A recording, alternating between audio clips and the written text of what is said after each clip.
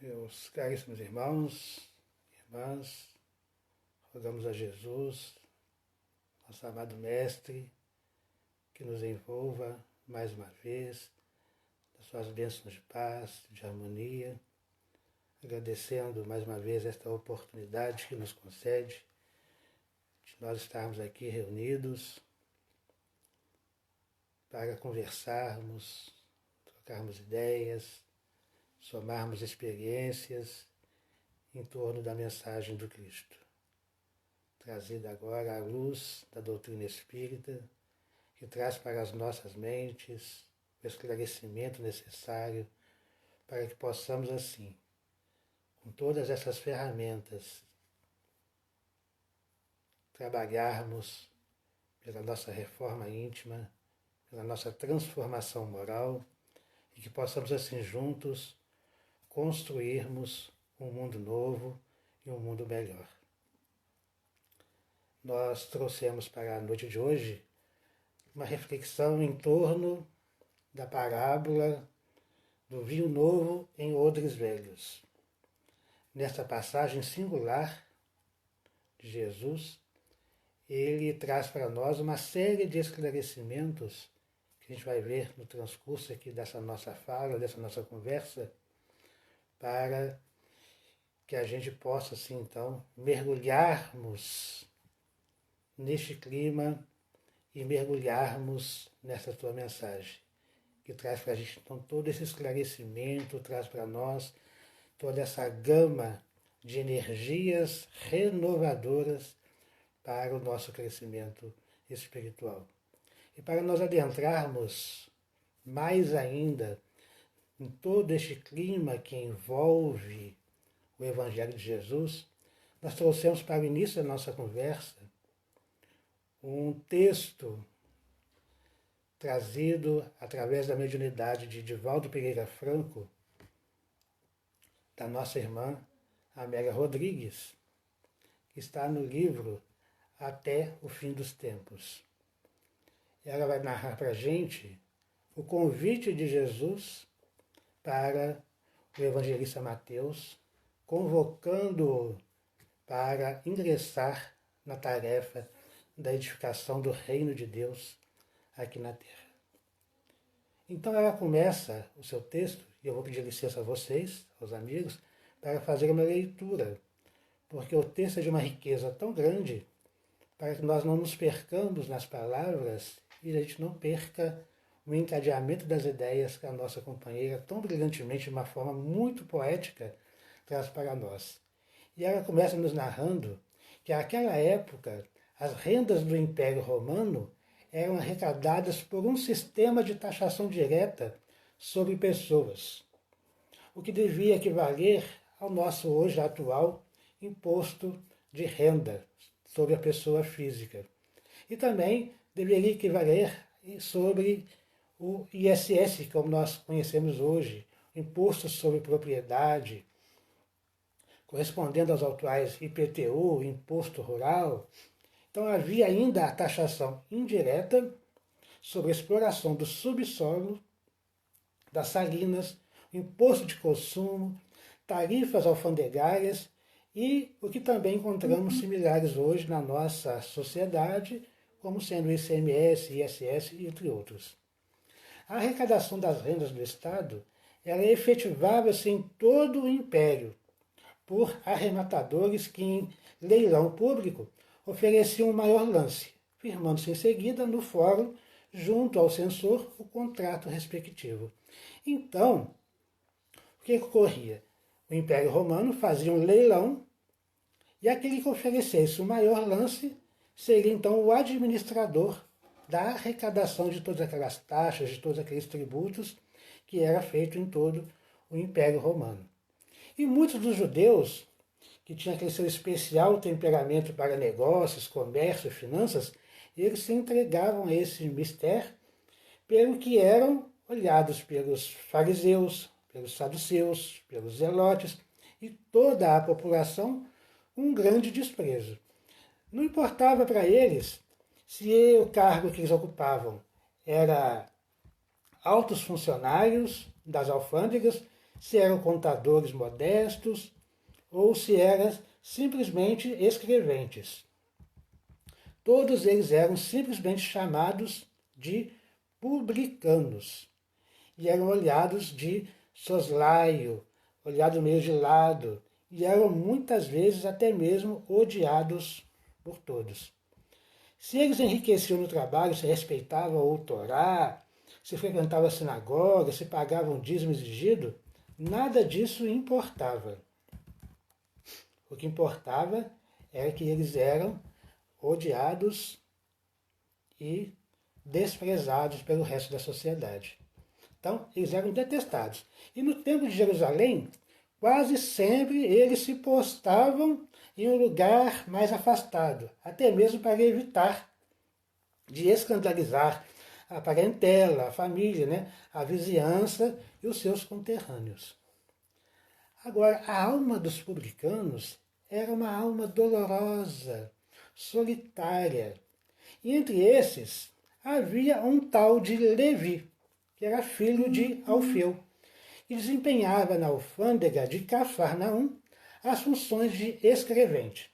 Então, com muita maestria, ele manejava o calã, que era um tipo de caniço talhado para que pudesse ali escrever.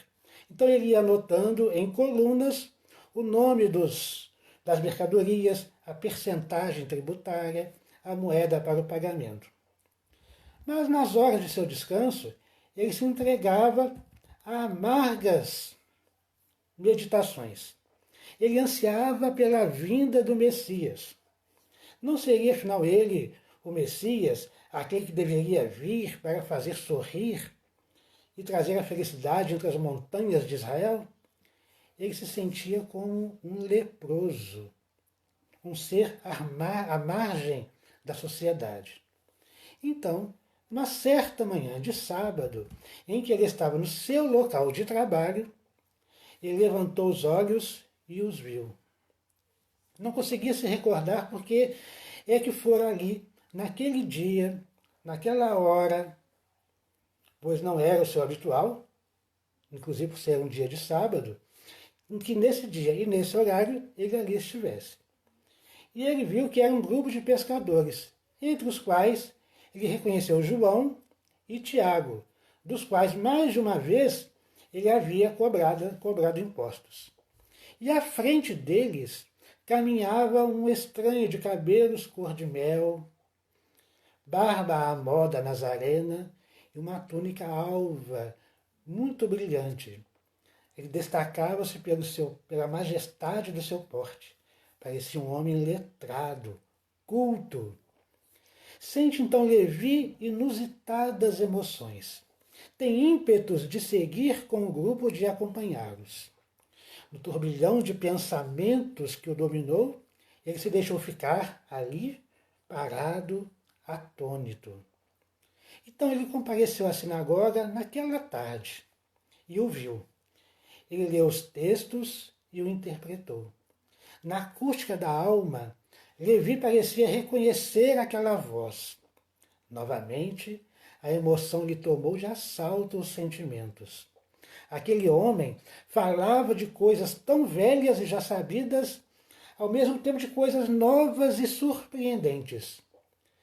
Não era tudo que sempre aguardava para a sua própria vida? Quando o Rabi saiu da sinagoga e se dirigiu à casa da sogra de Pedro, Levi acompanhou-o de longe. Ouviu os comentários das curas da sogra de Pedro, do endemoniado, mas não ousou se aproximar. Desejava, mas temia. Ele era um renegado, um infeliz ovelha de Israel. Contudo, almejava aproximar-se e dizer: Senhor, eu não sou digno. Mas a voz lhe morria na garganta. Nas noites seguintes, o sono lhe foi atormentador. Bastava fechar os olhos para ver aquele olhar que cruzava com o seu. Na manhã daquele sábado, à porta da alfândega. Se abriu os olhos, podia ver na escuridão do quarto aquele olhar. vencido pelo cansaço, adormecia por algum tempo, para despertar, álgido de suor, com a lembrança de que estava acompanhando o mestre por uma longa estrada de sol. Embaixo do braço, trazia o rolo de papiro de assentamentos da alfândega. Entretanto, nele não havia anotações sobre dracmas, sobre sestércios, sobre peças de ouro, mas somente escritos alguns versículos, algo que ele não conseguia distinguir.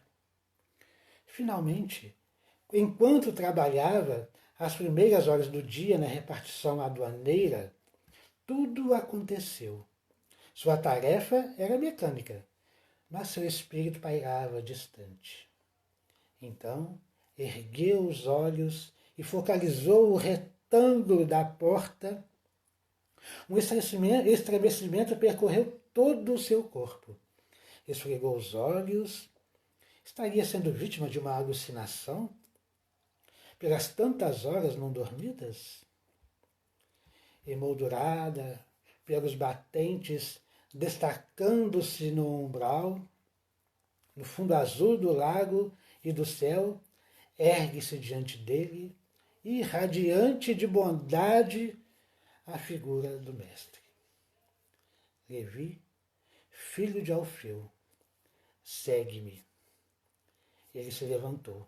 Não havia dúvidas em seu coração. Seguiu.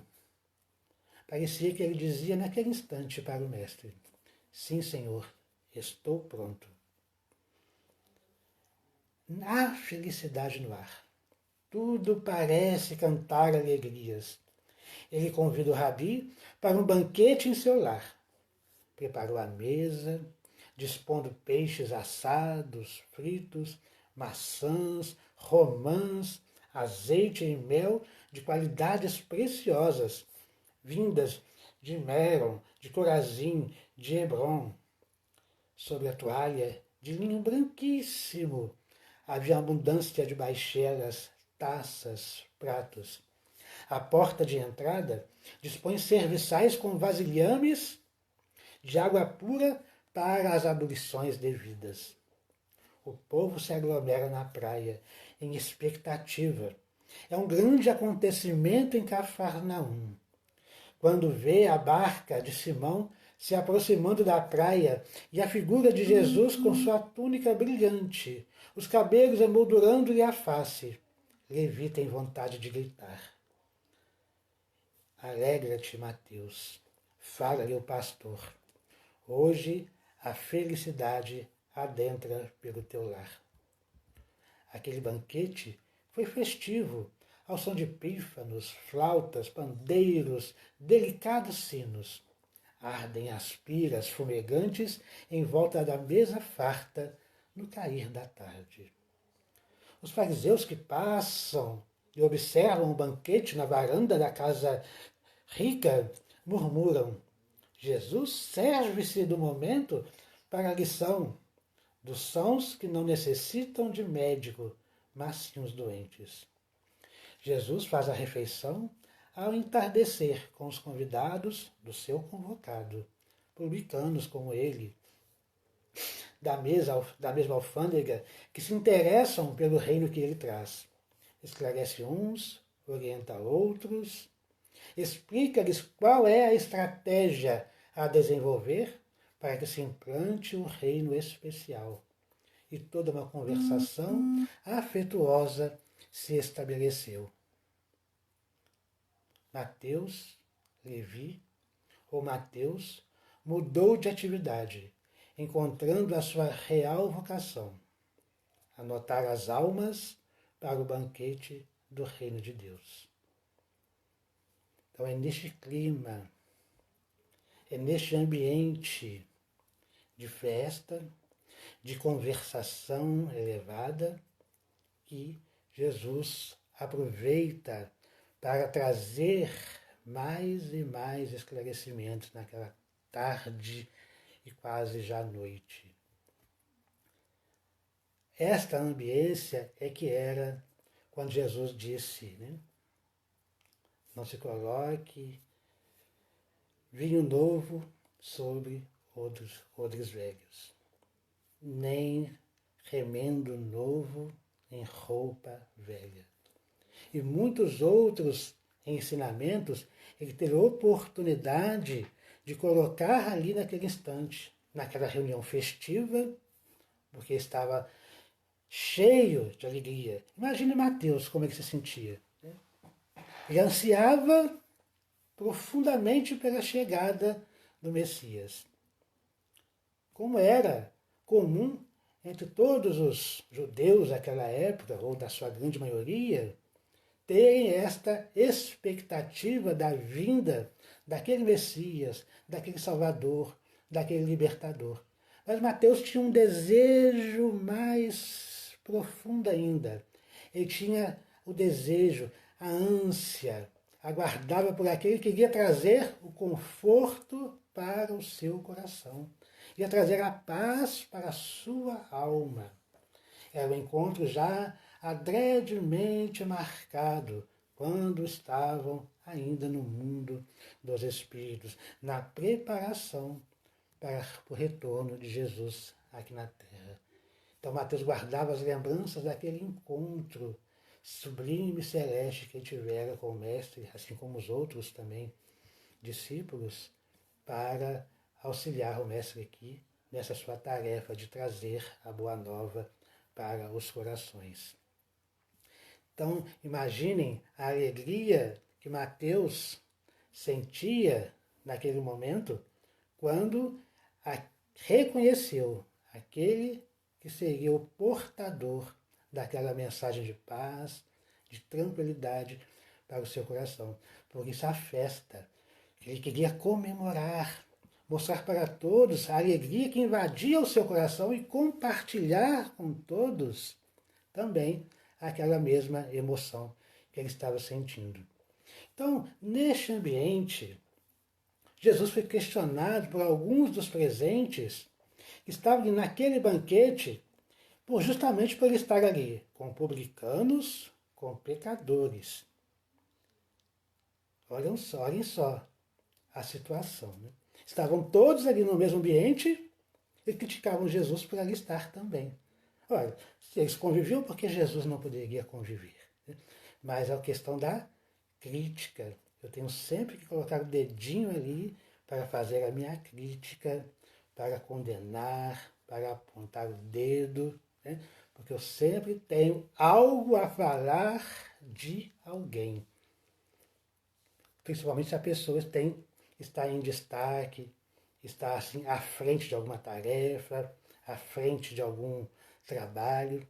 Sempre tem aquele que vai colocar o dedinho, apontar para dizer: olha, você está fazendo isso, você está fazendo aquilo. Ou seja, mas esquecemos que estamos todos participando na mesma viagem, estamos embarcados no mesmo barco. Mas nós queremos fazer o quê? Crítica. Aí Jesus, né, como sempre, aproveita a oportunidade para trazer os seus ensinamentos e diz, né? Eu não vim para os sãos, e sim para os que precisam de médico. Ora, quem é que precisa de médico? Aqueles que estão adoentados, mas não do corpo físico, adoentados da alma.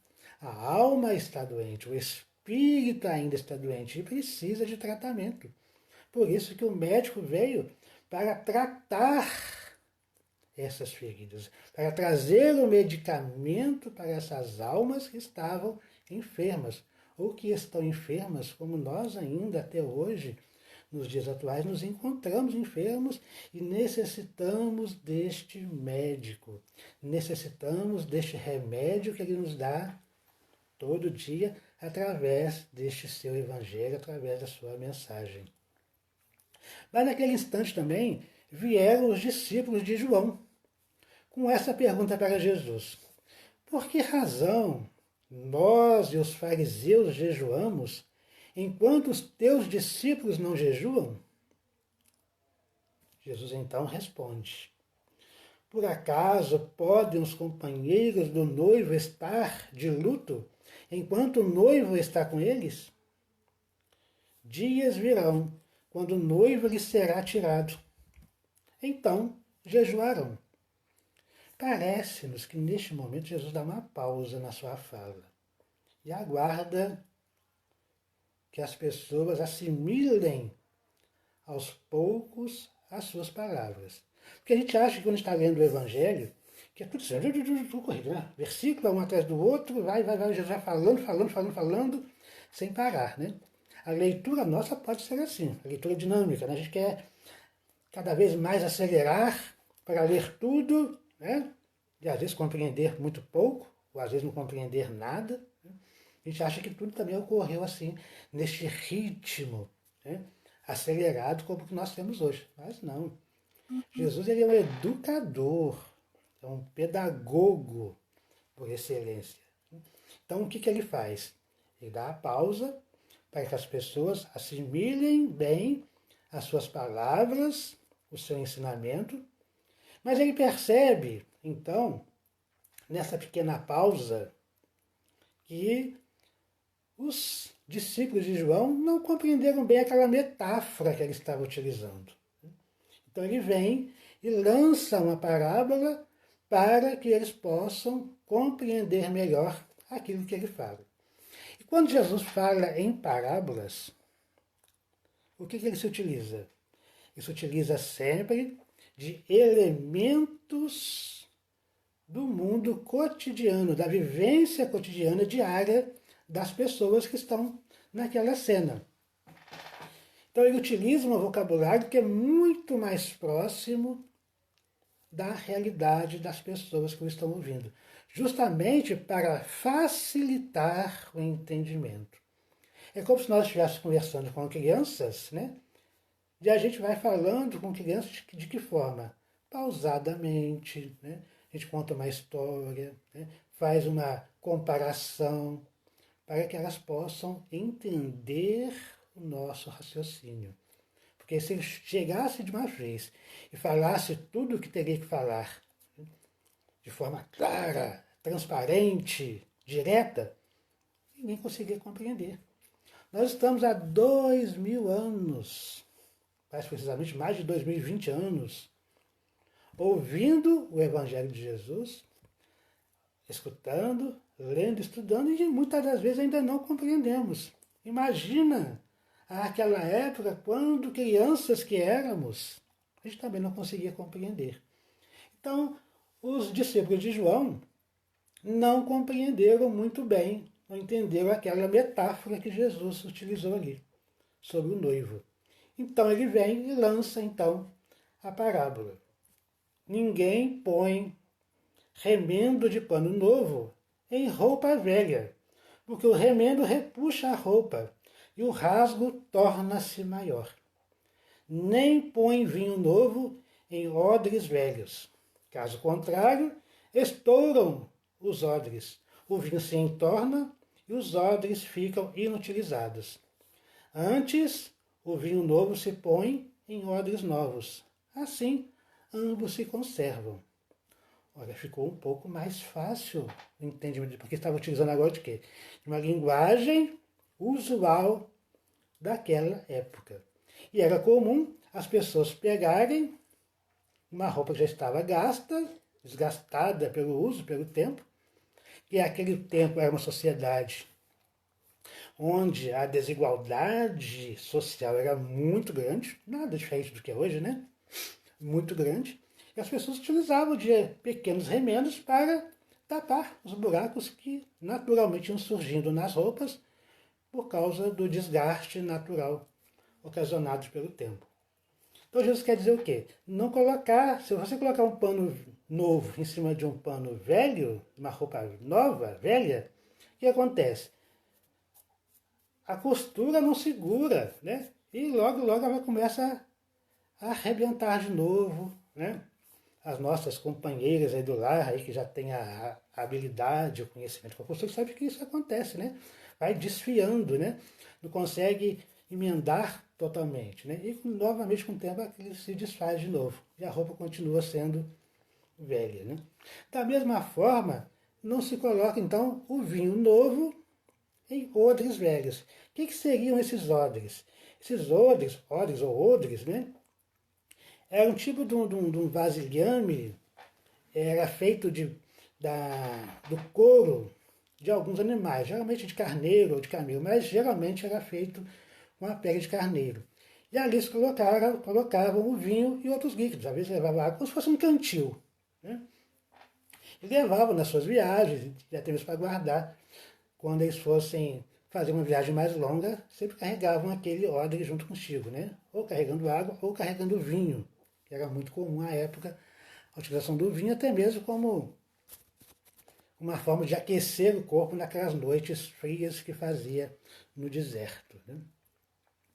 Então, o que acontece? Quando se coloca o vinho novo em odre velho, o que ocorre? Ocorre a fermentação. Com aquela fermentação que acontece o quê? Se expande ali dentro daquele odre, né? E como ele já está velho, vai fazendo o quê? Ele vai esticando até um ponto que ele não consegue mais esticar, porque já está velho, já foi usado, né? Ele vai se esticar e vai se romper. Quando ele se rompe, derrama-se o vinho, perde-se o vinho. Então, o que ele aconselha? Colocar um vinho novo num odre novo também, para que possam ali eles se conservarem até o momento do seu uso e quando vai ser novamente trocado. E aí nós trouxemos então esta reflexão que Jesus está propondo naquele momento. O que ele estava trazendo ali era a boa nova. A boa nova, ou seja, a notícia boa, a notícia nova. Estava compartilhando conosco um ensinamento novo. Precisava então de recipientes novos. O que os discípulos de João estão colocando para ele ali? Por que os seus discípulos não jejuam enquanto nós jejuamos? Costumes antigos, costumes velhos. É preciso mudar os costumes, mudar os hábitos. É preciso renovação, transformação. Quando ele fala, em muitas suas passagens, eu não vim destruir a lei, mas sim dar-lhes cumprimento, ele está dizendo o quê?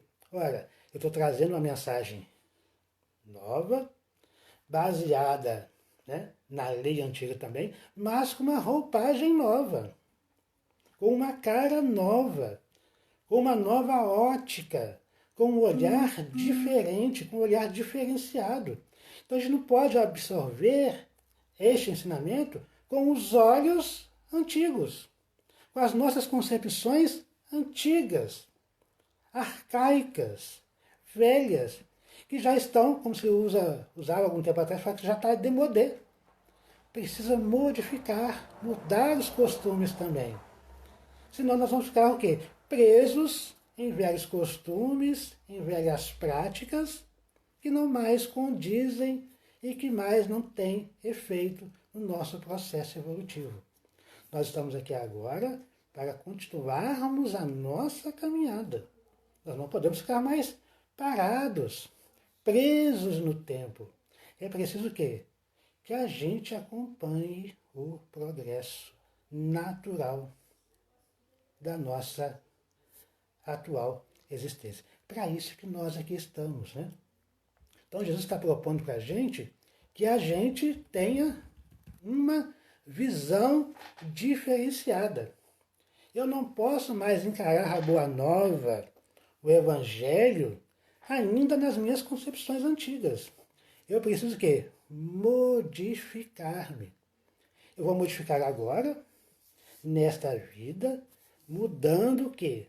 Os meus conceitos de vida. Mudando, fazendo escolhas diferentes daquelas que eu vinha fazendo até então. Que a partir do momento que eu tenho contato com o Evangelho, que eu tenho contato com essa mensagem nova, com essa mensagem renovadora, eu preciso renovar-me também. Eu preciso buscar essas ferramentas para a minha mudança, a minha modificação. É este o convite que ele faz para a gente. Renovar no espírito da mente, como Paulo bem compreendeu, renovar na essência da mente, né? E quer que a gente renove a nossa mente, o nosso pensar, a nossa maneira de agir perante o nosso próximo, perante o nosso semelhante. Jesus está ali naquele momento, naquela festa na casa de Mateus, convivendo com quem ali? Com publicanos, né? Com o que eles chamavam de malfeitores. Os publicanos eram considerados como os malfeitores, os seres alijados, né, da margem da sociedade, com quem as pessoas não queriam ter convívio. Ele estava ali rodeado de quê? De prostitutas, de mulheres que erraram no caminho, trazendo todos eles para quê? Para onde? Para o seu aprisco, porque eram todas ovelhas do seu imenso rebanho, porque ele é o bom pastor, ele é o guia, é aquele que guia, e aquele que guia, que pastoreia as ovelhas, não deixa nenhuma à margem, não quer que nenhuma se perca, ele traz todas elas para o seu aprisco. Então, este era o convite que Jesus fazia. Vamos mudar, gente, vamos mudar o pensamento, vamos encarar, ver o nosso irmão de uma forma diferente. Se ele tem esse costume, se ele tem esse hábito, é com ele. Mas nós é que precisamos mudar. Nós é que precisamos mudar. Essa transformação, essa mudança, ela vem de dentro para fora, não de fora para dentro. E a gente, quantas vezes a gente não quer fazer assim, né? Quer colocar o outro do jeito que eu gostaria que ele fosse. Não, isso não acontece nunca. A gente nunca consegue mudar, transformar, modificar ninguém. Não conseguimos. Porque a tarefa de mudança, ela é de foro íntimo.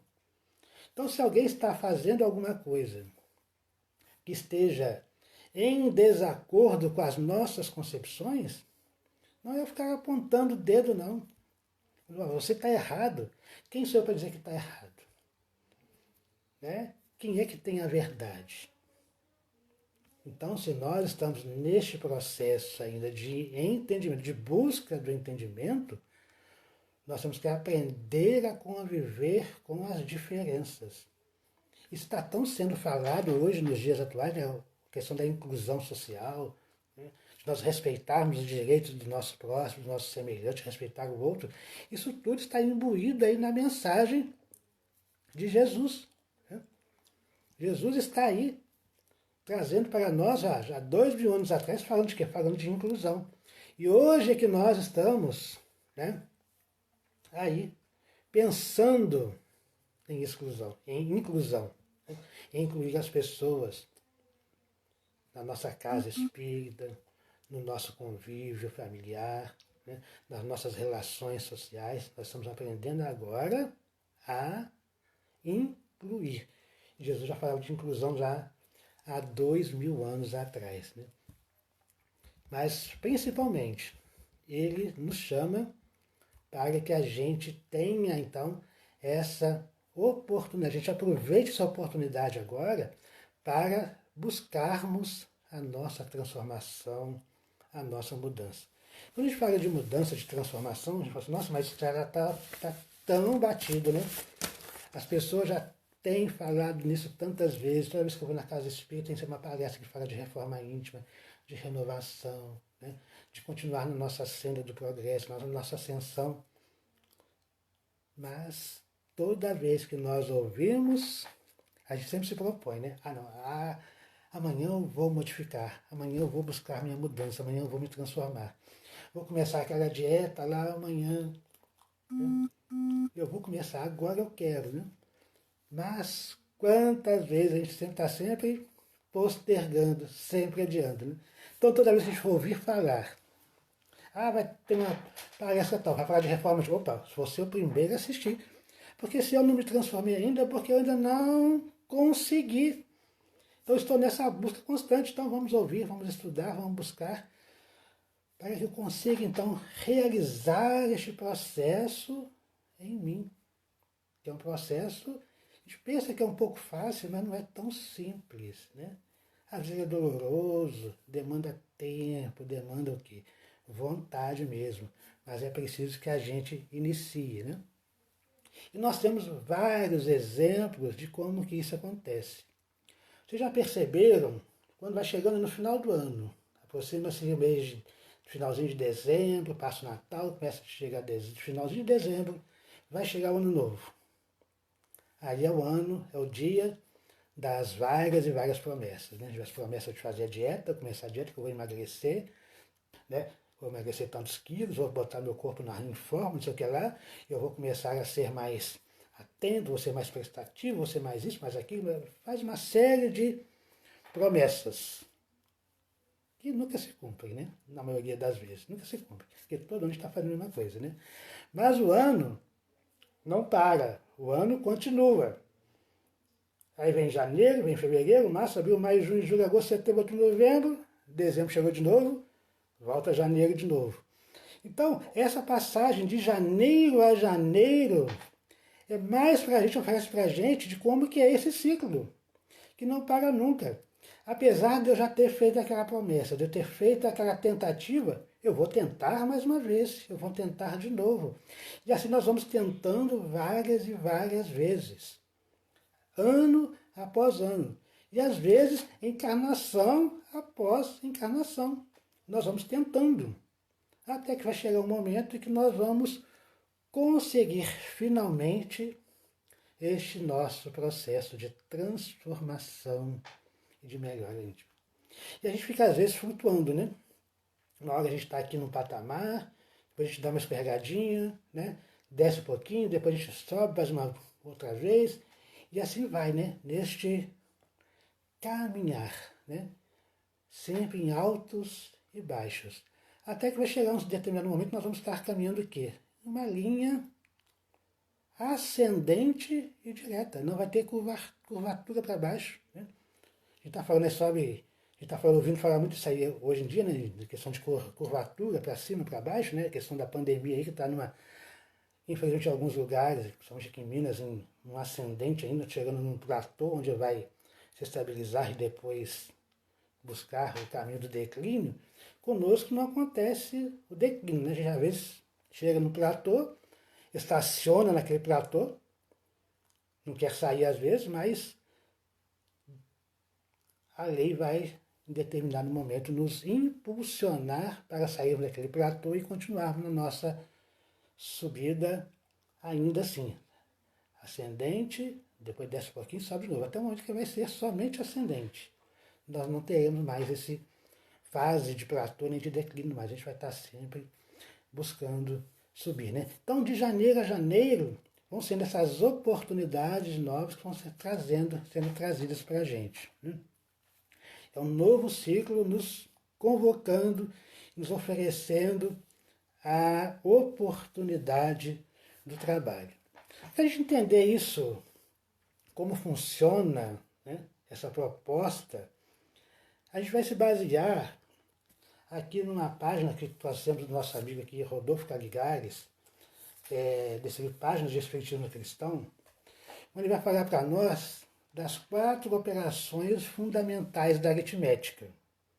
Eu, como sou bom de matemática, né, mas a gente vai tentar entender um pouco. Né? Quais são as operações fundamentais da aritmética? Adição, subtração, multiplicação e divisão. Para que a gente possa buscar conhecimentos mais avançados em questões da matemática, da engenharia, das ciências, nós temos que conhecer e saber fazer essas operações, essas 4 operações. Elas são fundamentais, elas são a base da nossa aritmética, né? Adição, subtração e multiplicação. Então ele faz uma proposta para a gente trazer essa matemática para a nossa vida. A primeira coisa que nós devemos fazer é habilitarmos-nos a somar. Olha só que interessante que ele fala, né? Habilitar-nos a somar. O que eu vou somar? Eu vou somar experiências Eu vou conhecer o porquê de tudo quanto acontece ao nosso derredor e, principalmente, em nós mesmos, né? Vou, Senhor, guiar-me das causas e efeitos de todos os fenômenos, sejam físicos, né?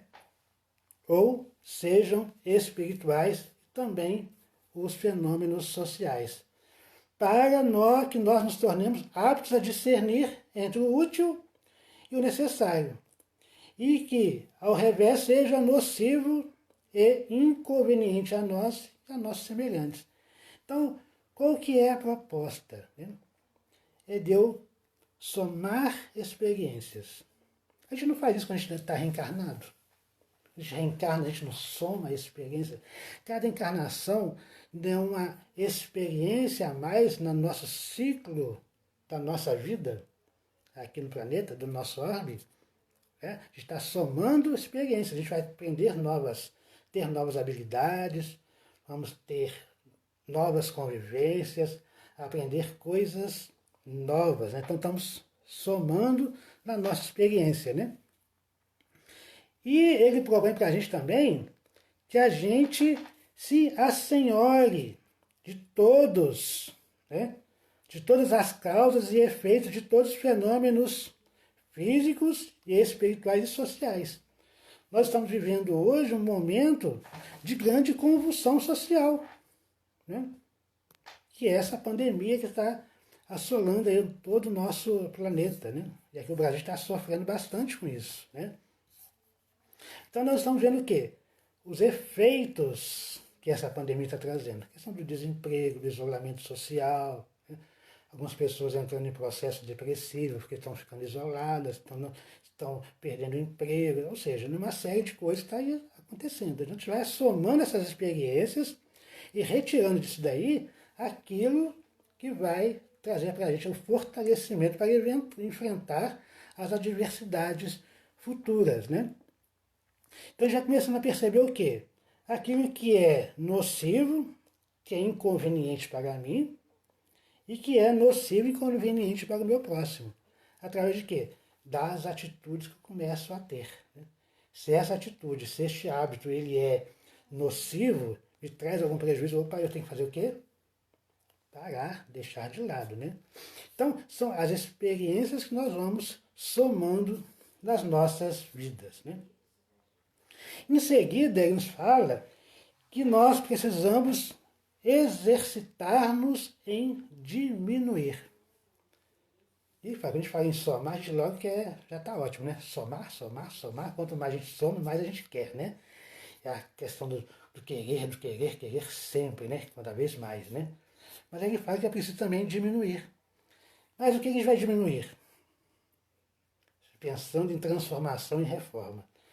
As nossas necessidades mais grosseiras. Nós vamos diminuir a questão da glutonaria, ou seja, que é a questão de ficar só comendo, pensando em comida 24 horas por dia, né? Vamos diminuir a sensualidade. E assim nós vamos diminuindo também os demais vícios que nós tenhamos e que tenha nos escravizado, né, durante todas as nossas existências, né? Vamos diminuir também a hostilidade, a rusticidade do nosso caráter, despojando-nos da crueldade, da intolerância, do orgulho e por aí vai, né? Então, vamos diminuir. Então, eu somei, agora eu preciso diminuir. Né? Diminuir essas necessidades que são grosseiras. Isso porque eu já aprendi lá atrás, quando eu somei, né? Porque eu já comecei a aprender, né? Aquilo que é útil e aquilo que é nocivo. O que é nocivo, eu vou fazer o quê? Aprender, agora eu vou diminuir. Opa, se eu sei que, né, a sensualidade excessiva, ela é nociva, então eu vou fazer o quê? Diminuir. Tirar, eliminar a sensualidade. Viu? Diminuir a glutonaria, a questão do mau hábito alimentar. E começar a traçar o meu caráter de uma forma menos rústica. E quantas nós não somos rústicos no nosso caráter, né? Rústico no sentido de quê? De estar sempre querendo dar a última palavra. Isso é ser rústico, né? Que a nossa opinião é que é a mais importante. A do outro não importa tanto. Que o outro é que está errado e quem está certo sou eu. Por que o outro não jejua? Enquanto eu estou aqui jejuando, a rusticidade do caráter que Jesus mostra para a gente lá, na fala lá dos discípulos de João. Caráter rústico ainda. Né? A gente vê a rusticidade no caráter lá dos evangelistas, alguns deles, né? Nas suas passagens ali, e que foram trabalhando essa rusticidade também. Pedro, né? Era um homem, né? Austero, era um homem duro, firme, né? Assim como era também o apóstolo Paulo, né?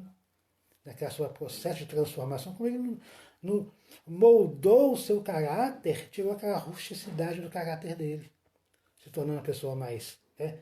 Mais atenta, aprendeu a ouvir mais, a observar mais a quem estavam ao seu derredor, né? Então, nós vamos somando, diminuindo, e depois que nós somamos e diminuímos, cumpre-nos também fazer a outra operação, que é aprender a multiplicar. Como é que eu vou multiplicar? Multiplicar o bem coletivo, as obras de amparo social, a liberdade do mundo, lutando pela igualdade dos direitos humanos entre todas as pessoas. Então, estou multiplicando. Olha só, processo de transformação, de renovação do mundo vai começar por onde? Por dentro de mim. Essa é a proposta de Jesus, né? Não coloque vinho novo sobre odres velhos. Eu preciso, para colocar essa mensagem, que ela seja, né, bem absorvida, bem guardada de mim, é preciso que eu coloque, né, que eu mude essa roupagem, que eu mude esse pano, que eu troque de roupa, que eu seja o homem novo e deixe o homem velho para trás, né? Então eu vou multiplicar este bem coletivo por todo lugar por onde eu passar, né? Vou espalhar a alegria, a paz no coração, né? Lutando sempre pela extinção de todo e qualquer conflito, seja ele de indivíduo para indivíduo, de classe contra classe, de nação contra nação. E será que a gente tem feito isso no transcurso da nossa existência, lutando ali pela extinção desses conflitos? Né? Ou a gente às vezes alimenta esses conflitos? É interessante a gente pensar nisso, né? Nessa nossa postura diante da vida, se eu estou realmente multiplicando. Então tem que multiplicar as coisas boas, as coisas belas. Multiplicar o Evangelho, a mensagem que Jesus trouxe para a gente. Se a gente não multiplica isso através dessa nossa transformação, da nossa mudança de postura, de que terá adiantado? De que adianta eu vir à casa espírita todos os dias, segunda, terça, quarta, quinta, sexta, sábado, domingo, feriado? De que adianta eu pegar as obras, ler, né? Tudo isso aqui, e se eu não me transformar, se eu não multiplicar essas histórias, se eu não multiplicar essa experiência, através de quê? Através do meu exemplo, através da minha postura diferente, eu me transformando realmente num homem novo. Então eu preciso multiplicar. Isso me faz lembrar de uma pequena história de um homem, já devo ter contado para alguns aqui, eu já deve ter ouvido, mas sempre é bom a gente lembrar as boas histórias, as boas experiências, né? Que um estudioso da doutrina, estudava muito, tinha um conhecimento muito vasto de doutrina espírita, conhecia tudo, né? Já tinha tido vários livros, né? E ele tinha uma estante na casa dele, que ficava bem guardadinha lá, né? Com todos os livros espíritas, tinha muita quantidade imensa, todos que ele já tinha lido, já tinha refletido bastante em cima daquela obra toda. Mas ninguém sabia que ele era espírita. Ninguém sabia. E ele tinha um amigo que era muito ligado a ele. E ele também não sabia do conhecimento que esse amigo possuía sobre a doutrina espírita. E como o processo evolutivo assim acontece, este amigo veio a desencarnar. Anos depois, o portador daquele cabedal de conhecimento espírita também fez a sua passagem para o outro plano da vida. E lá chegando, ele em determinado momento foi recebido e percebeu a presença daquele seu amigo que havia partido bem antes dele. E esse amigo então o procura, o envolve, o abraça, num abraço muito afetuoso, muito caloroso, e diz: meu amigo, que bom estar contigo novamente. Olha que coisa maravilhosa. Eu fiz a minha passagem bem antes de você. Quando aqui cheguei, fiz vários cursos, vários treinamentos. Fiquei sabendo de tanta coisa maravilhosa. Olha, eu fiquei sabendo, como nós estamos aqui como prova viva, de que a morte não existe. A morte é apenas uma passagem, uma mudança de uma fase para outra, de um estágio para outro. Eu aprendi, meu amigo, aqui, que eu posso me comunicar com aqueles que ficaram lá na Terra. Eu posso me aproximar deles, trazer uma mensagem, trazer um conforto, trazer um carinho. Olha, eu aprendi que aqui também é um estágio de passagem e que nós vamos retornar depois lá para a Terra, numa nova existência, numa nova encarnação, para reparar os nossos erros, de aprender coisas novas. O amigo então fica assim, meio que constrangido. E fala: mas isso eu já sabia. Já tinha notícias sobre isso. Eu, durante muitos anos, fui estudioso da doutrina espírita. Estudei muito, li muitas coisas. E tinha muitos livros na minha casa. Esse conhecimento todo eu já tinha. O amigo então se assusta. Como assim?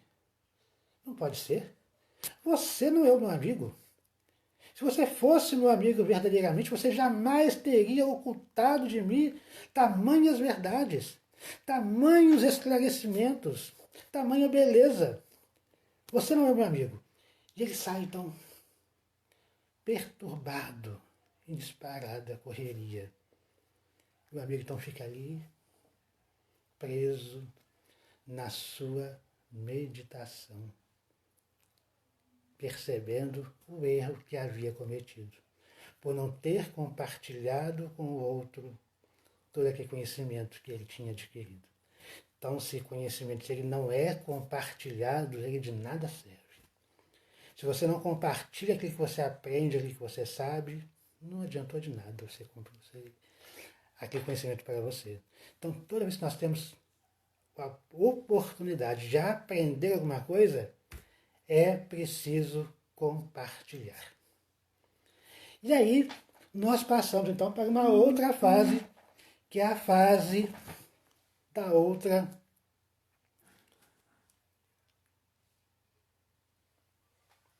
que é a divisão.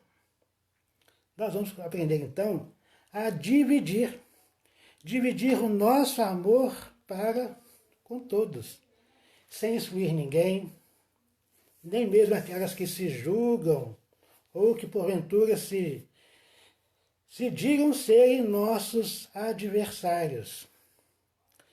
E vamos espargir por onde a gente passe palavras, recompensas, não esperando recompensas e nem compreensão.